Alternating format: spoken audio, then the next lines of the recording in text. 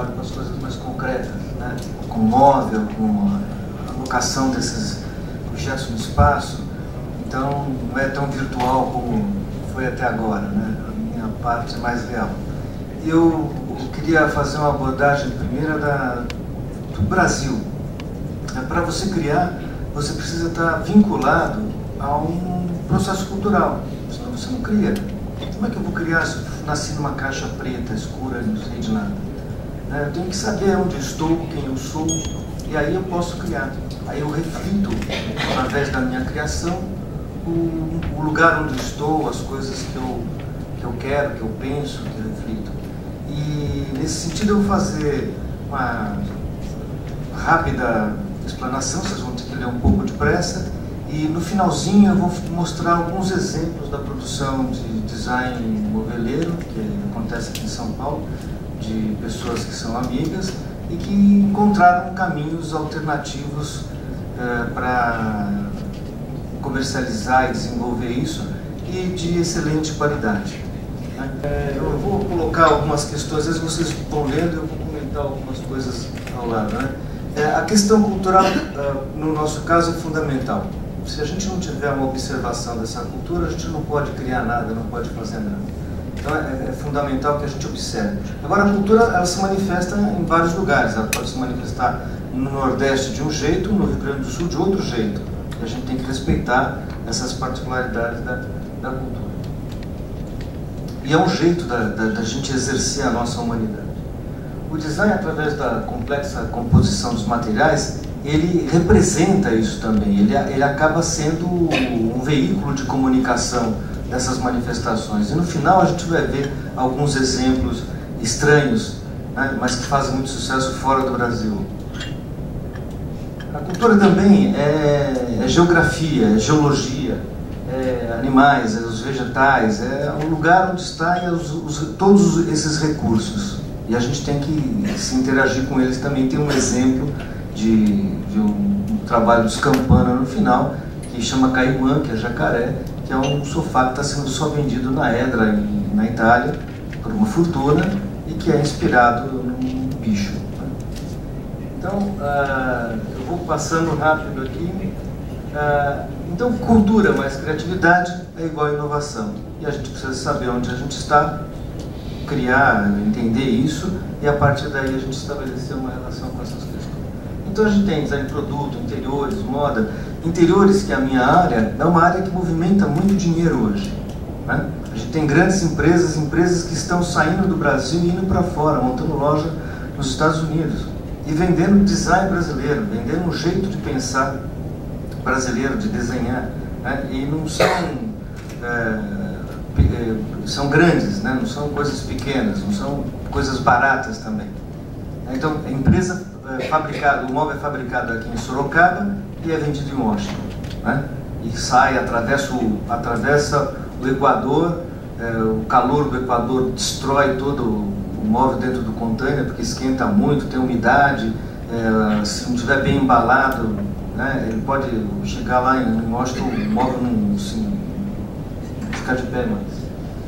E aí a gente tem tudo isso aí de fotografia, publicidade, turismo, dentro dessa economia mágica, que é a economia criativa, né, onde a gente pode criar várias situações diferentes. Eu acho que o artesanato e artes, a SPAT que teve aqui, acabou de ter faz um mês, teve um volume de venda fabuloso, assustou todo mundo. Tinha Miró vendendo na SPAT de São Paulo, uma escultura do Miró. Então, são coisas fabulosas que a gente está vendo por aqui. Bom, agora o Brasil é isso tudo. Eu vou falar muito do Darcy Ribeiro, peguei ele como meu inspirador aí, e aí a gente vai falar desse país grande que a gente é. Nós somos muito grandes, a gente tem que ter noção dessa grandeza. A gente não pode mais achar que a gente não pode mais se comparar com outros países. A gente é grande e a gente tem que ter responsabilidade com essa grandeza. Então, e aqui uma imagem do Brasil. O Brasil é isso, é separado do mundo por dois grandes oceanos. Nós estamos distantes do mundo, mas nós estamos também de costas para a América Latina. Nós não trabalhamos com a América Latina, nós ignoramos os nossos vizinhos. E estamos muito longe de todo mundo, né? E a gente tem que pensar nessa. Eu conheci um filósofo coreano, que ele falou que nunca tinha visto o Brasil, não sabia onde era. Que ele viu o mapa mundo só pelo lado da Coreia, e está do outro lado. Então ele nunca tinha e ele veio fazer uma palestra aqui em São Paulo. Então a gente tem que pensar um pouco nessa situação do Brasil, que vai ser, esses oceanos todos vão ser diminuídos agora com a Copa do Mundo e com as Olimpíadas, né? Essa distância vai ficar menor, né? As pessoas vão se aproximar mais do Brasil de uma maneira efetiva. Aqui os dados de população, né? O Brasil é um paraíso, né? Com 8 milhões e meio de quilômetros quadrados e com menos de 200 milhões de habitantes, quer dizer, nós temos a melhor proporção.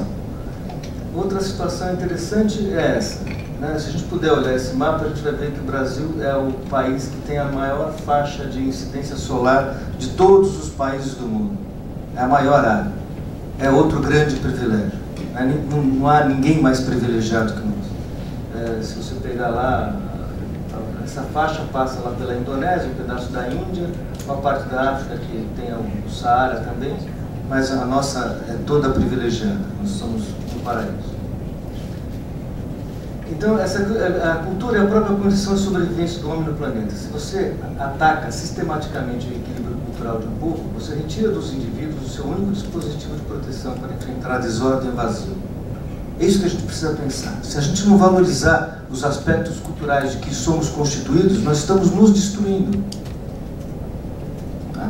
E o que nos diferencia de qualquer outro povo é a nossa cultura, são as nossas diferenças.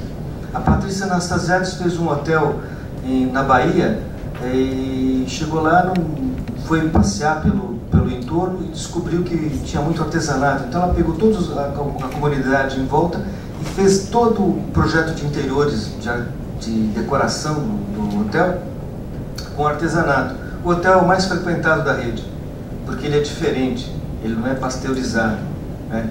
Então as pessoas vêm para o Brasil para ver o Brasil, e aquele hotel está mostrando o Brasil, está vendo luminárias de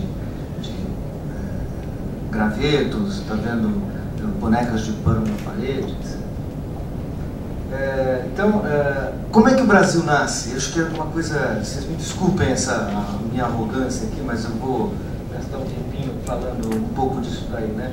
Mas ele nasce dessa nação tupi, né? A nação tupi falava uma língua que ia desde do Paraná até o Mato Grosso. Ela que deu unidade, ela que fez o Brasil ser do tamanho que é, não se dividir em outros paizinhos.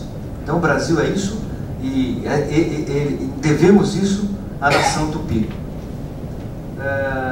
que era uma macroetnia, né? Bem organizada, legal. A gente precisava, eu falo a gente porque eu me sinto brasileiro e herdeiro dessa etnia, apesar de infelizmente não ter sangue índio na veia, né?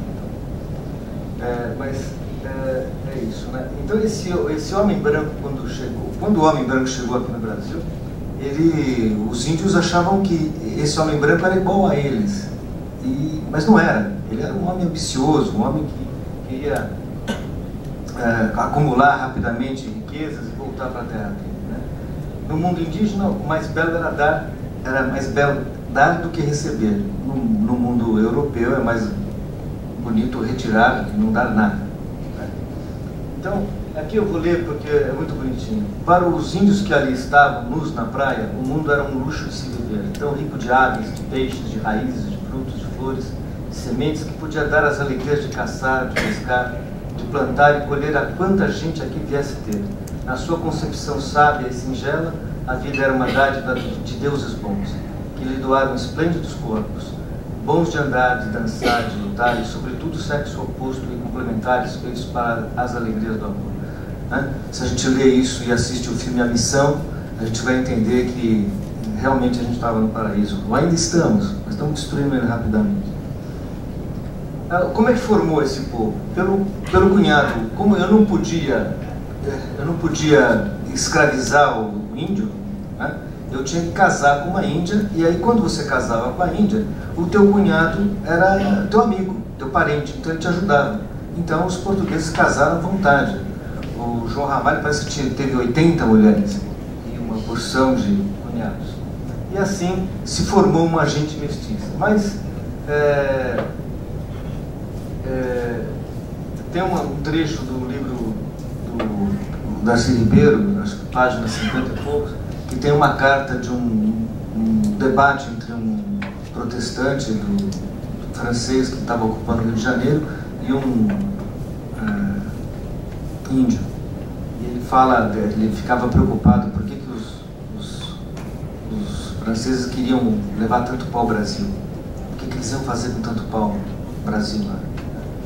E era isso. No ventre das mulheres indígenas começavam a surgir seres que não eram indígenas, meninas prenhadas pelos homens brancos, e meninos que sabiam que não eram índios, e também não eram europeus. O europeu não o aceitava como igual. O que era? Era uma gente ninguém, era uma gente vazia. O que significavam eles do ponto de vista étnico? Nada. Então nós nascemos disso. Aí chegaram os negros. Os registros oficiais falavam em 3,3 milhões e os negros contrabandeados chegam até 15 milhões. Há uma substituição do cunhadismo, daquela ajuda familiar que tinha no índio, por uma estratificação em classes e uma organização mais europeia, né? E a população tinha uma aparência muito mais índia do que europeia. Até os meados do século XVIII, a língua corrente era o Tupi-Guarani, que continuava. Isso é impressionante, né? A língua que se falava, os portugueses, os brasileiros, os índios, todos falam Tupi-Guarani.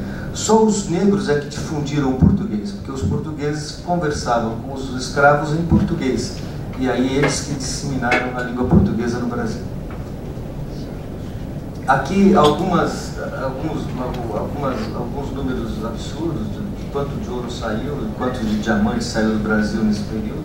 Mais da metade das exportações de ouro e diamantes das Américas. Em Confidência Mineira, os portugueses deram um tranco bacana, né? Já cortaram os caras, espartejaram. Não foi espartejar, está na moda agora, mas para mostrar exatamente, né, quem mandava, né, como é que era. Mas tinha um rei lá em Portugal que também não era bobo, né? E quando ele viu que o reino dele estava ameaçado, ele veio para o Brasil, ele não ficou lá. Né? Mas eles trouxeram também um processo de administração que foi positivo para o Brasil. Aí a Europa vive uma crise no final do século XIX e começo do século XX, 7 milhões de europeus vêm para cá, esse continente 4,5 milhões se fixam definitivamente no sul do Brasil e trouxeram com eles uma série de benefícios. Tanto é que o polo moveleiro do Rio Grande do Sul é constituído desses herdeiros. E o que é o Brasil hoje? Eles são os sertanejos, os caboclos, os crioulos, os caipiras, os gaúchos, os ítalo-brasileiros, agora os coreanos, os bolivianos. Todo mundo chega aqui e aqui fica. E fica mais brasileiro do que a sua origem. Eu tenho muito aluno coreano e todos eles são abrasileirados, é muito engraçado. Eles se transformam, né? Apesar de uma cultura diferente, etc. Então esse povo é novo porque surge como uma etnia nacional diferenciada culturalmente de todas as suas matrizes formadoras, fortemente mistificada, mistiçada, generalizada por uma cultura sincrética e singularizada pela redefinição de traços culturais delas oriundos. É isso que a gente é, essa mistura. Estamos nos formando de uma outra maneira. Vou correr aqui.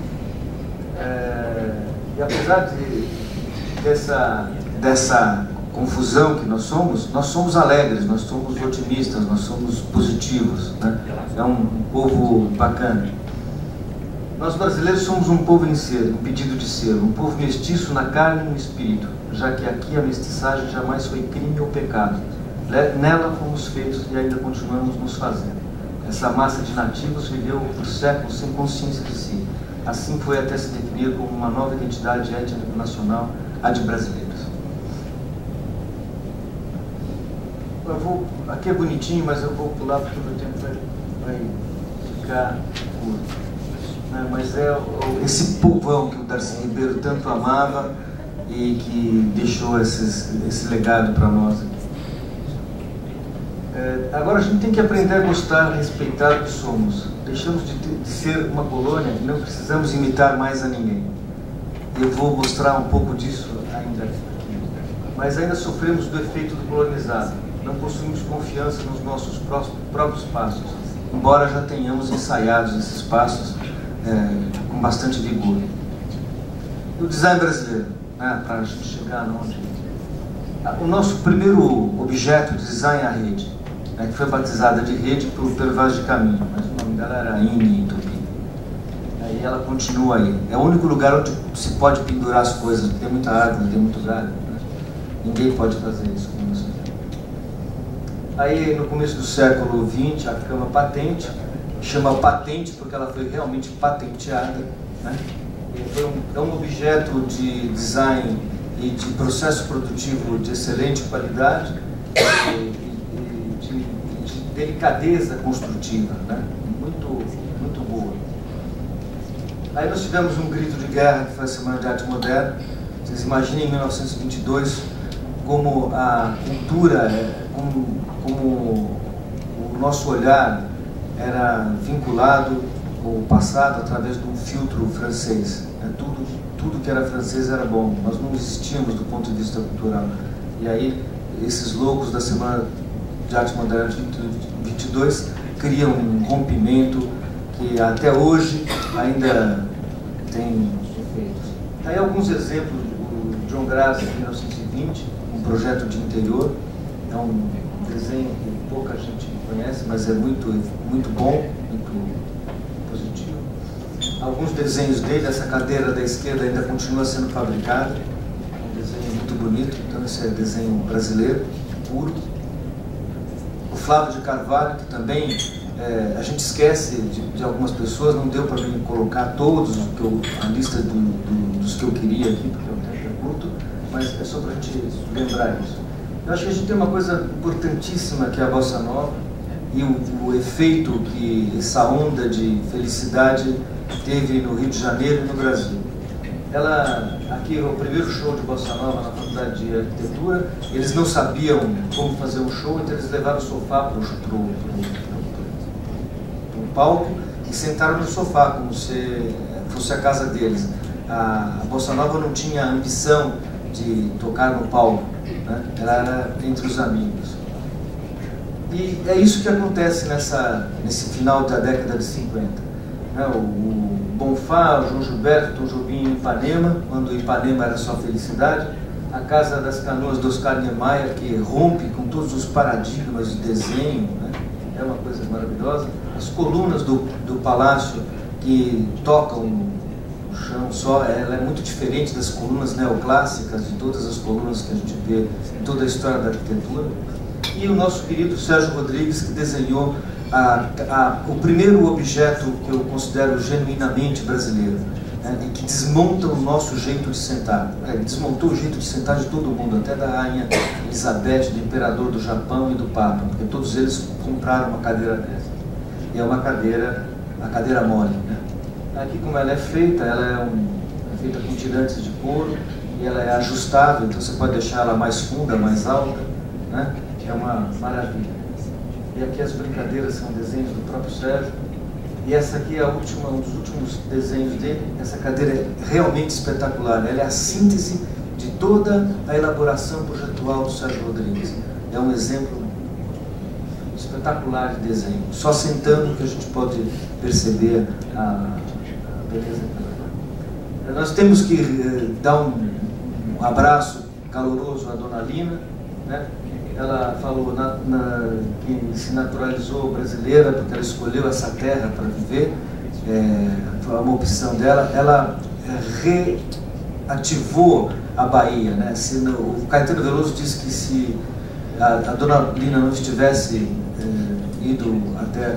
ido até o Salvador, a convite do reitor da Universidade Federal da Bahia, trabalhar lá, não haveria os novos baianos, nem os baianos, nem os novos baianos, não haveria a Bahia, não haveria a Cláudia Rocha, não haveria ninguém.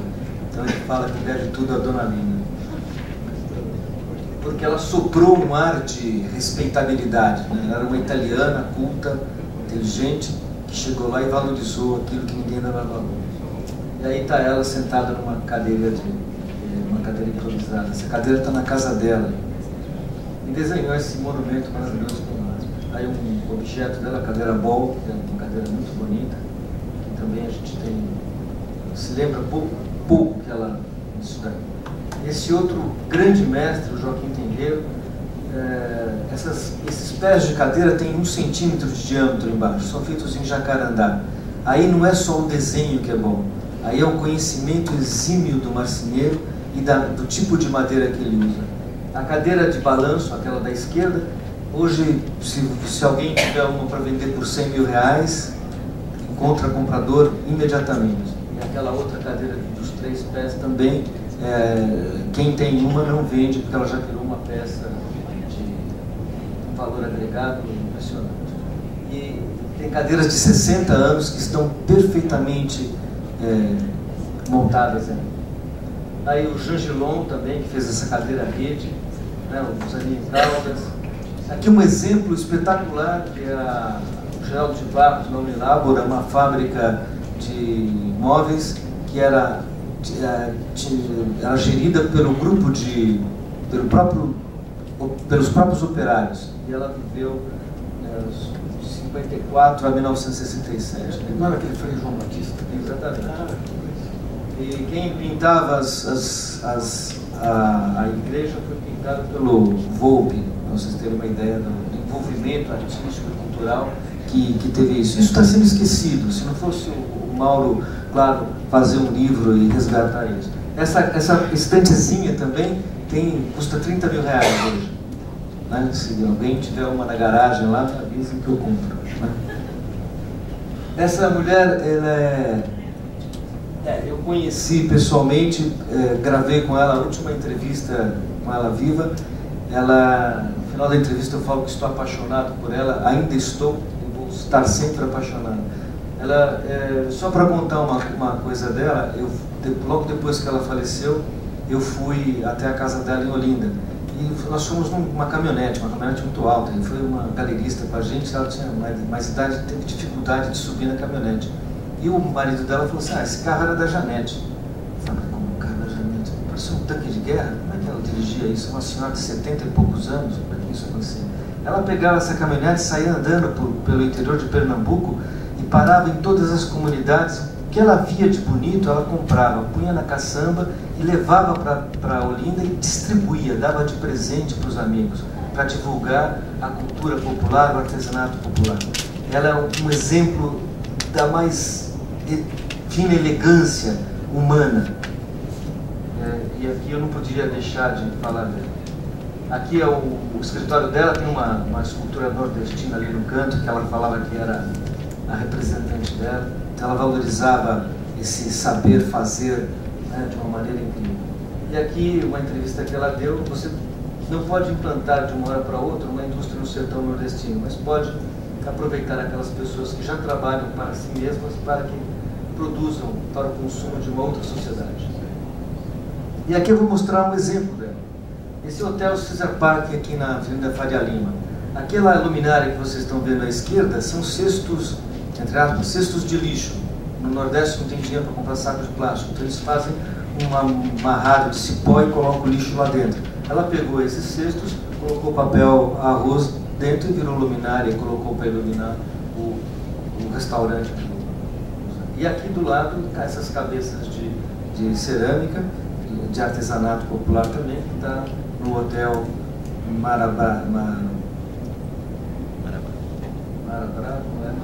Marrocos, aqui em São Paulo.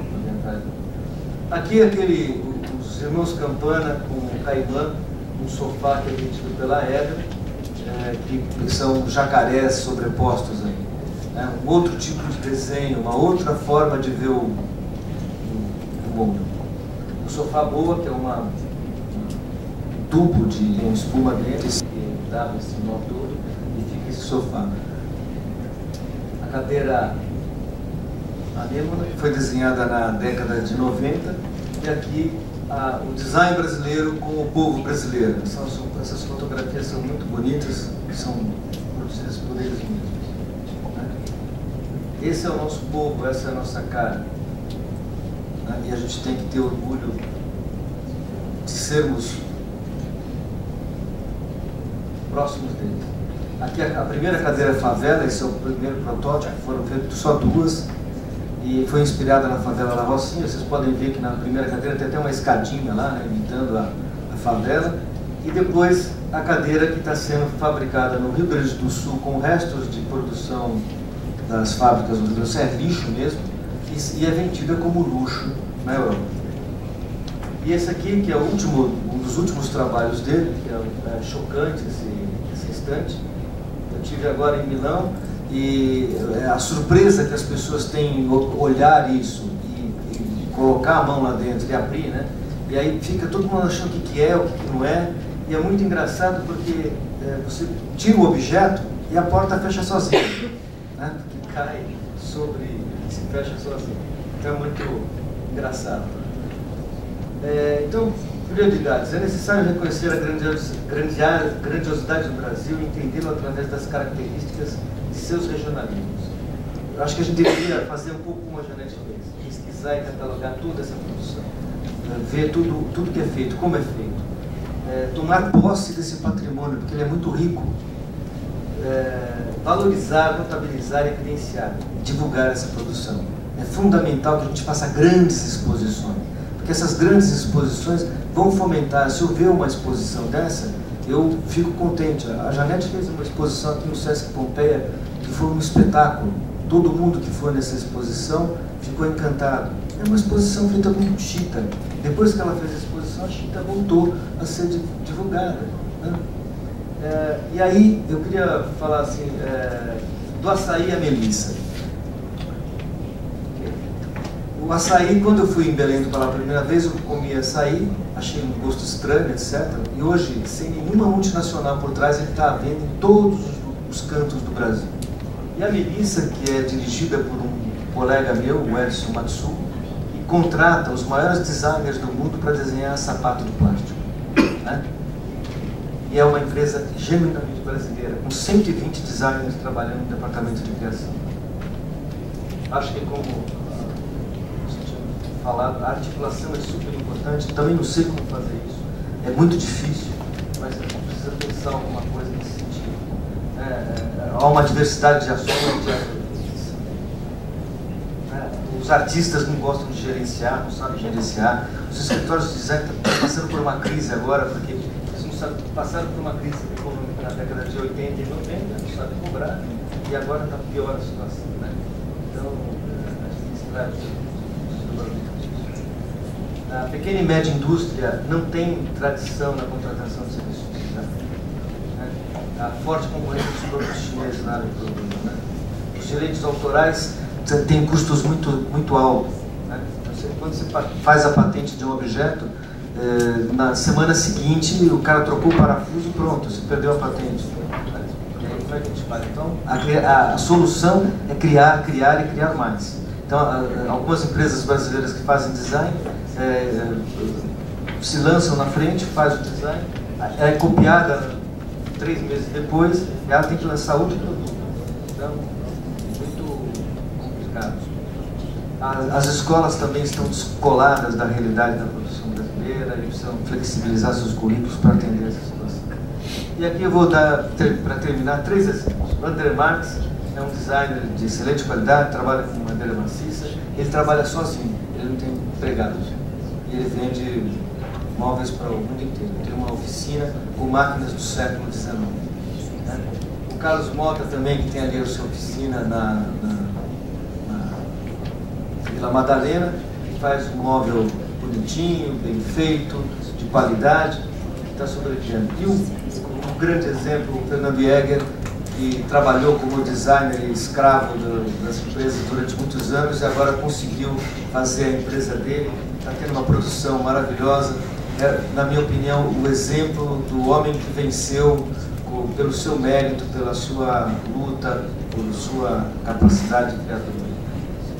Antes dos portugueses descobrirem o Brasil tinha descoberto a felicidade no manifesto antropofágico. Eu espero que a gente consiga ter isso na nossa casa.